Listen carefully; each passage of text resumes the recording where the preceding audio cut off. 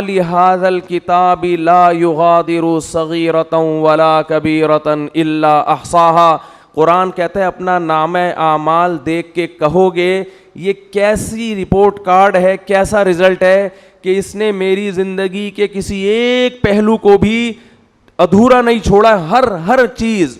اگر کسی چٹان میں بیٹھ کر کوئی گناہ کیا, اندھیرے میں تنہائیوں میں دروازے بند کر کے کوئی معمولی سا جرم کیا, یا کوئی نیکی کی, یہ اس کو بھی اللہ کہتے ہیں میں تمہارے سامنے حاضر کر دوں گا.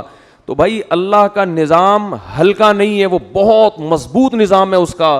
اور اللہ نے یہ سارا نظام جو بنایا, اور اللہ نے جو ہزاروں پیغمبروں کو بھیجا, اور قرآن میں جہنم کی وعیدیں اور جنت کی خوشخبریاں دیں, اس لیے نہیں دیں کہ آپ کو یہ آپشن دیا جا رہا ہے کہ آپ نماز پڑھیں نہ پڑھیں, پڑھیں گے اچھی بات ہے, نہیں پڑھیں تو اللہ غفور الرحیم ہے. آپ بہنوں کی وراثت دیں نہ دیں, دے دیں گے تو اچھی بات ہے, نہیں دیں گے تو اللہ غفور الرحیم ہے. آپ اپنے باپ اور اپنی ماں سے آواز آہستہ کر کے بات کریں یا نہ کریں, آپ کی مرضی ہے. کریں گے تو ثواب ملے گا, نہیں کریں گے تو اللہ غفور الرحیم ہے, لیلۃ القدر میں بخش دے گا وہ آپ کو. آپ کی مرضی کہ آپ یتیم کا مال جو آپ کا چھوٹا بھائی ہے, وراثت جس کی پوری بنتی ہے, آپ بڑے ہونے کا ناجائز فائدہ اٹھا کے اس چھوٹے کی وراثت کھا جاتے ہو, آپ کی مرضی ہے. نہیں کھاؤ گے تو ثواب ملے گا, کھا جاؤ گے تو لیلۃ القدر میں سب کی بخشش ہو جائے گی, شب برات میں ہو جائے گی بخشش, عید کے دن بخشش ہو جائے گی, رمضان میں بخشش ہو جائے گی.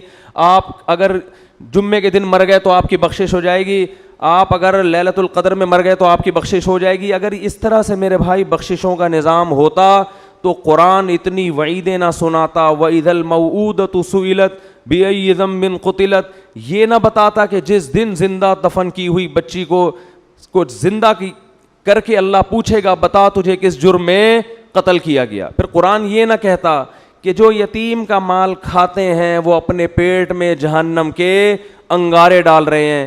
پھر قرآن یہ نہ کہتا لا یحل لکم ان ترثوا النساء کرہا, اے ایمان والو تمہارے لیے عورت کی وراثت کھانا حلال نہیں ہے. پھر قرآن یہ نہ کہتا ان الذین یکسبون الاثم سیجزون بما کانوا یقترفون, گناہ کرو لیکن یہ دماغ میں رکھ کے عن قریب اس کا بدلہ تمہیں ملنے والا ہے, اس کی سزا تمہیں ملنے والی ہے, تمہارے خلاف کیس چلے گا, اس کی سزا ملے گی.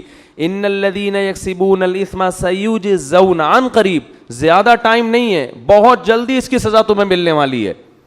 آج اللہ کے غفور الرحیم ہونے کا جتنا غلط مطلب لیا اور بتایا جا رہا ہے, شاید یہ چیز اللہ کے غضب کو جتنی دعوت دے اتنا کوئی اور جرم اللہ کے غضب کو دعوت نہیں دے گا. اتنا غلط مطلب. بھائی لیلۃ القدر میں بخششیں ہوتی ہیں, گناہ پہلے چھوڑنا پڑے گا آپ کو, آپ اس خوش فہمی میں نہ رہیں. رمضان میں بخششیں ہوتی ہیں, لیکن ہمارے نبی نے فرمایا بہت سے روزے داروں کو رمضان میں بھوک کے سوا کچھ بھی حاصل, بولو نا بھائی, نہیں ہوتا. ایک بالش زمین جس نے کسی کی ہتھیائی, فرمایا 7 زمینوں کا طوق اللہ اس کی گردن میں ڈالے گا. نہ معاملات صحیح ہیں, پیسے دے کے آپ تجربہ کر کے دیکھ لیں, کبھی وقت پہ واپس, بولو نا, نہیں کرے گا. یہ کیا ہے؟ یہ اس جہنم کی آگ سے غفلت. صحابہ کرام ڈرا کرتے تھے. حدیث میں آتا ہے رسول اللہ صلی اللہ علیہ وسلم نے فرمایا کہ اللہ نے اس آگ کو اس آگ سے زیادہ گرم بنایا ہے. صحابہ کرام کی ایسی کیفیت ہوئی, ترمذی کی حدیث ہے, اس طرح اللہ کے خوف سے رونے لگے کہ جیسے کوئی ہانڈی کھول رہی ہوتی ہے. یا ایھا الناس ان وعد اللہ حق فلا تغرنکم الحیات الدنیا. دیکھو اللہ فرماتے ہیں اے لوگو, اللہ کا وعدہ سچا ہے. اللہ نے وعدے کیے نا, مار کے ختم نہیں کروں گا, ایک دن اپنے سامنے کھڑا کر کے حساب و کتاب لوں گا. اللہ بار بار یاد دلاتا ہے اے لوگو اللہ کا وعدہ سچا ہے. تو اللہ تجھے یہ بتانے کی کیا ضرورت ہے کہ میرے وعدے سچے ہیں؟ جب تو نے کہہ دیا تو اللہ کو معاذ اللہ جھوٹ تو نہیں بولتا. اللہ فرماتے ہیں تمہیں کچھ چیزیں ایسی ہیں جو اس اللہ کے وعدے کے بارے میں دھوکے میں ڈالیں گی اور تمہیں وہ یہ دکھائیں گی کہ اللہ کا وعدہ سچا نہیں ہے. اللہ نے معاذ اللہ سیاسی وعدے کیے ہیں, یہ سچا وعدہ نہیں ہے. وہ کون سی چیز دھوکے میں ڈالے گی؟ فلا تغرنکم الحیات الدنیا, فرمائے اس دنیا کی ترقی, دنیا کی ظاہری چمک دھمک. تمہارے یہاں سے لوگ ہوں گے جو باتیں کریں گے, گورا چاند پہ پہنچنے کی باتیں کر رہا ہے اور مسلمان جنت اور جہنم کے چکر میں الجھے ہوئے ہیں. وہ لیبارٹریوں میں کیا کیا بنا رہے ہیں, مسلمان جنت جہنم سے باہر نہیں نکلتے. وہ یہ کر رہے ہیں, مسلمان جنت اور جہنم میں پڑے ہوئے ہیں. اللہ فرماتے ہیں دنیا کی جو زندگی ہے جس نے کافر کو دھوکے میں دیا, یہی زندگی کس کو دھوکہ دے گی؟ یہی تمہیں دھوکہ دے گی. اس زندگی میں جب تم ترقی کی جتنی قسمیں دیکھو, چاند پہ پہنچنے کی, مریخ پہ پہنچنے کی, خلائی سیاروں سے چھلانگیں لگانے کی, اس دنیا میں ایک چیز غور کر لینا, اس کے آگے موت ہے جو اس ساری ترقی کو چند سیکنڈ اور منٹوں میں خاک میں ملا کے رکھ دے گی. یہ ایسی ترقی ہے جو ورلڈ ٹریڈ سینٹر جیسی عمارت کو چند گھنٹوں میں زمین بوس کر دیتی ہے. اس لیے اس میں ترقی کرنا, مگر اس ترقی کو اصل مت سمجھنا اور اس دنیا سے دل مت لگا کے اللہ سے غافل نہ ہو جانا. تو یہ بہت بڑا فالٹ ہے اس دنیا کے اندر, اور یہ فالٹ سمجھ میں اس وقت نہیں آتا اس وقت تک جب تک خود اپنے اوپر بھگتتا نہیں ہے انسان. جس پر جب تک موت آتی نہیں ہے نا, اس وقت تک اس کی سمجھ میں موت, جو موت کو اپنی آنکھوں سے نہیں دیکھتا نا, اس وقت تک اس کی سمجھ میں موت آتی نہیں ہے, اس وقت تک نہیں آتی. وہ اٹکا رہے گا, اس کا دل پلاٹوں میں, گاڑیوں میں, بنگلوں میں, دولت میں اٹکا رہے گا.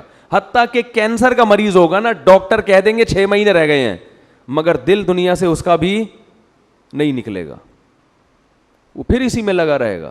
ایسے پیشنٹ ہم نے دیکھے ہیں, ڈاکٹر نے کہہ دیا 6 مہینے رہ گئے, 7 مہینے رہ گئے, 8 مہینے رہ گئے, لیکن ان کا خیال یہ کہ ابھی ہم اتنے آرام سے نکلنے والے نہیں ہیں یہاں سے. ان کی پہ بھی غفلت. بھائی تم تو توبہ کر لو. قرآن کے الفاظ دیکھیں, قرآن کہتا ہے وَلَوْ رُدُّوا لَعَادُوا لِمَا نُهُوا عَنْهُ. کتنے لوگ ایسے ہوں گے کہ جب جہنم کی آگ کو اپنی آنکھوں سے دیکھیں گے تو اللہ سے کہیں گے ایک دفعہ دنیا میں بھیج دے. اللہ کہتے ہیں کہ یہ ایسے بدبخت لوگ ہیں کہ اگر اللہ نے ان کو دنیا میں بھیجا تو یہ جو جرم کر رہے تھے نا وہی دوبارہ کرنا شروع کر دیں گے. یہ اسی امید پہ کریں گے کہ شاید کل میں توبہ کر لوں, شاید کل میں توبہ کر لوں. راتوں کو اپنی دعاؤں میں اللہ سے جہنم کی آگ سے پناہ مانگنے کا معمول بنائیں. یہ چیز آج ہماری زندگیوں سے نکل گئی ہے. والذین آمنوا مشفقون منہا, فرمایا کافر مانگتا ہے کہ کہاں ہے وہ جہنم, کہاں ہے وہ آخرت, دکھاؤ مجھے. فرمایا اور مومن اس سے خوف کرتا ہے, اس سے ڈرتا ہے, مطالبہ نہیں کرتا. تو اللہ نے قرآن میں کیا کہا, لَأَمْلَأَنَّ جَهَنَّمَ, میں بھر دوں گا انسانوں سے اور جنات سے جہنم کو. اللہ کے لیے یہ ان ذالک علی اللہ یسیر. پھر قرآن یہ بھی کہتا ہے کہ اللہ پر یہ کام مشکل نہیں ہے. یہ کیوں کہا اللہ نے کہ اللہ پہ یہ کام مشکل نہیں ہے؟ ظاہر ہے جس نے آسمانوں اور زمینوں کو بنایا, ساری کائنات کو بنایا, اس کے لیے کیا مشکل ہے کسی کو یہاں سے اٹھا کے وہاں پھینک دے. لیکن اللہ یہ لفظ اس لیے بیان کرتا ہے کہ تمہیں ایسا لگتا ہے کہ اللہ ایسا نہیں کر سکتا. اتنے سارے انسانوں کو کیسے ڈالے گا؟ کیا اس کا دل نہیں ہے؟ کیا اس کو رحم نہیں آئے گا؟ اس لیے اللہ نے فرمایا کہ نہیں آئے گا رحم. یہ تم خوش فہمی میں مبتلا ہو کہ مجھے جتنا رحم آنا تھا مجھے آ گیا ہے. یہ رحم ہی تو ہے. کتنی مہلت دیتا ہے وہ, بار بار توبہ کا موقع دیتا ہے. 1000 بار بھی گناہ کیا, 1000ویں بار توبہ کرو گے اسی طرح قبول کرے گا جیسے پہلی دفعہ توبہ قبول کی تھی. یہ رحم ہی تو آیا تھا. اب تم یہ چاہ رہے ہو کہ وہ اتنا رحیم بن جائے کہ آپ جو مرضی کرتے رہو وہ بخشتا رہے تمہیں. اس خوش فہمی میں مبتلا ہونے کی ضرورت, بولو بھائی, نہیں, ایسا نہیں. ام نجعل المتقین کالفجار, انداز دیکھیں قرآن کا. قرآن کہہ رہا ہے کیا تم یہ سمجھتے ہو کہ نیک اور برے لوگوں کا انجام سیم کر دوں گا؟ دیکھو یا تو آخرت میں جنت ہے یا جہنم, تیسری کوئی جگہ نہیں ہے انجام کے اعتبار سے, تیسری کوئی جگہ نہیں, یا تو ادھر یا بولے نا بھائی, تیسری کوئی جگہ نہیں ہے. تو اللہ فرماتا ہے اگر میں نے سبھی کو بخشنا ہے تو اس کا مطلب جو بیچارے گناہوں سے بچ رہے ہیں وہ بے وقوف ہیں پھر نا, یہی مطلب ہوا نا. وہ تو پاگل ہیں, وہ رمضان کے روزے رکھ رہے ہیں, وہ راتوں کو اللہ کے سامنے کھڑے ہو کر پناہیں مانگ رہے ہیں اللہ سے, وہ مالی معاملات میں حرام سے بچتے ہیں, ان کے دل میں میرا خوف ہے, وہ مجھے خوش کرنے کے لیے غریبوں کو کھلاتے ہیں. وہ امن ہوا قانت آناء اللیل, اللہ فرماتے ہیں بھلا وہ آدمی جو رات کو اٹھ کے مجھے پکارتا ہے, ساجدا وقائما, کبھی سجدے میں کبھی قیام میں, یحذر الآخرہ, آخرت سے ڈرتا ہے وہ, ویرجو رحمت ربی, رب سے امیدیں بھی لگا کے بیٹھا ہے اور آخرت سے ڈرتا, یعنی خالی امیدوں پہ نہیں چل رہا, خوف بھی ہے. تو بھلا اس کو, اور جو ساری رات سوتا رہتا ہے, جو ساری رات ڈرامے فلمیں دیکھتا رہتا ہے, جو ساری رات اسنوکر کلب پہ بیٹھا رہتا ہے, جو ساری رات باپ اور ماں کو ستاتا ہے, جو ساری رات گناہوں میں زنا میں وقت گزارتا ہے, تو تم کیا سمجھتے ہو دونوں کو میں ایک جیسا کر دوں گا؟ ہے بھائی, دونوں کا انجام اس کو بخش دوں گا بھائی, چل بھائی چھوڑ, بس بخشش ہو گئی, کوئی میں بہت غفور ہوں, میں بہت بڑا ہوں. لیلۃ القدر کو دونوں جاگ لیے تھے تو اب دونوں ایک جیسے ہو گئے. بہت مشکل ہے بات سمجھانا, بہت مشکل ہے. لیلۃ القدر میں چونکہ دونوں جاگ لیے تھے, اب دونوں کیا ہو گئے ہیں بھائی؟ سیم. تو اللہ کہتے ہیں ام نجعل, بھلا ہم ایسا کریں گے, ہمیں تم نے یہ سمجھا ہوا ہے, ایسی بے انصافی, ایسی دھاندلی تو دنیا میں کوئی کرپٹ ترین حاکم نہیں کرتا. عدل و انصاف کا بادشاہ ایسا کیسے کر سکتا ہے؟ خوف پیدا کرنے کی ضرورت ہے. جن گناہوں کی طرف ہم جا رہے ہیں اور بغیر کسی بریک کے چلتے چلے جا رہے ہیں, برداشت بالکل ختم. قرآن نیک لوگوں کی صفت بیان کرتا ہے, الکاظمین الغیظ, غصے کے کڑوے گھونٹ کو پیتے ہیں. یہ باپ کے سامنے غصہ نہیں, ماں کے سامنے نہیں, اپنے بڑوں کے سامنے نہیں. آج چھوٹوں پہ برداشت کر لیتا ہے, طاقتور ہے, اور بڑے پہ برداشت نہیں کرتا. میں کہتا ہوں جتنی باس کی برداشت کرتے ہو اس کا 10واں حصہ اگر باپ کی برداشت کر لو تو شاید بخشش ہو جائے. وہ باس تمہارا کچھ نہیں لگتا, وہ صرف پیسے دیتا ہے تمہیں, پیسوں کے لیے رکھا ہوا ہے. جس دن تم نے دیکھو سعودی عرب سے 20 سال لوگ جاب کر رہے ہوتے ہیں, جاب لیس ہو کے یہاں نظر آتے ہیں. میں پوچھتا ہوں یار آپ تو 20 سال سے ایک سیٹ کے پاس ملازمت کر رہے تھے, اب کیا ہوا؟ کہتے ہیں یار وہ مجھے گردوں کا کوئی مسئلہ کھڑا ہو گیا تھا, فوراً کمپنی نے نکال دیا. کہتا ہوں یار 20 سال آپ نے جس کمپنی سے وفا کی ہے, گردوں کے تھوڑے سے مسئلے پہ اس کمپنی نے آپ کو نکال دیا, تو آپ کو ٹینشن نہیں؟ کہہ رہے ٹینشن کس بات کی بھائی, وہ مجھے ملازمت کے لیے رکھا تھا, اب میں ہارڈ ورکنگ کر نہیں سکتا تو انہوں نے نکال دیا. بالکل صحیح کیا.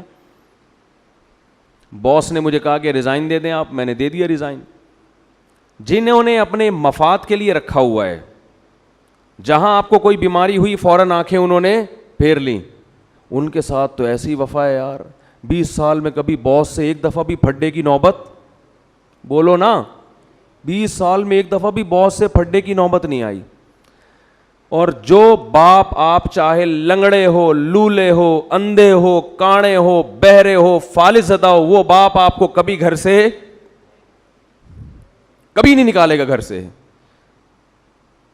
اس باپ اگر وہ تیز آواز سے بات کرتا ہے, وہ سختی کرتا ہے, تو آپ کا میٹر گھوم جاتا ہے. دنیا کو بے وقوف بنانا آسان, لیکن جس خدا نے پیدا کیا وہ ہماری ان حرکتوں کو نوٹ کر رہا ہے, لکھ رہا ہے. وہ قرآن کہتا ہے ایسا انتظام کر رہا ہوں کہ فرشتے بٹھا دیے, ان کی فائلیں تیار کرو, ایک ایک لفظ لکھو ان کا. جو قریبی رشتہ ہے اس کا حق اتنا زیادہ, لیکن جب سے دنیا میں کفر کی حکومت ہے, جتنا قریبی ہے اس کا رشتہ اتنا ہی کم. آج دنیا میں جانوروں کے حقوق پر بات ہو رہی ہے, ماں باپ کے حقوق پر بات نہیں ہو رہی ہے. ایک فادر ڈے منا لیتے ہیں, اس میں چاکلیٹ موکلیٹ اس کو گفٹ کر دیتے ہیں گورے. ایک مدر ڈے میں کو 2-4 پھول ہار پہنچا دیتے ہیں اس کو. یہ فادر ڈے اور مدر ڈے منانا چھوڑ دیں, یہ ماں باپ کے ساتھ بدترین مذاق ہے, یہ خوب سمجھ لیں. بالکل اس کا بائیکاٹ کریں. یہ جو فادر ڈے اور مدر ڈے, یہ ان لوگوں کا کام ہے جن کا باپ اور ماں سے سال میں ایک پورے سال رشتہ ہوتا ہی نہیں ہے, وہ کبھی کبھار تھوڑا بہت یاد کر لیتے ہیں. تو اللہ کا عذاب بہت سخت ہے. یا ایھا الناس ان وعد اللہ حق, اے لوگو اللہ کا وعدہ سچا ہے. فلا تغرنکم الحیات الدنیا, اللہ فرماتے ہیں کہ یہ دنیا کی زندگی تمہیں دھوکے میں نہ ڈال دے. ولا یغرنکم باللہ الغرور, اور شیطان تمہیں دھوکے میں نہ ڈال دے. شیطان تمہارے برے عمل کو چمک پٹیاں لگا کے تمہارے سامنے مزین کر کے پیش کرے گا, یہ خود بھی برباد ہوگا, تمہیں بھی برباد کرے گا. کتنے وعدے اللہ کر رہا ہے بھائی. اس رمضان کا تھوڑا سا حصہ ہے, آج گناہوں سے توبہ کر لو سچے دل سے.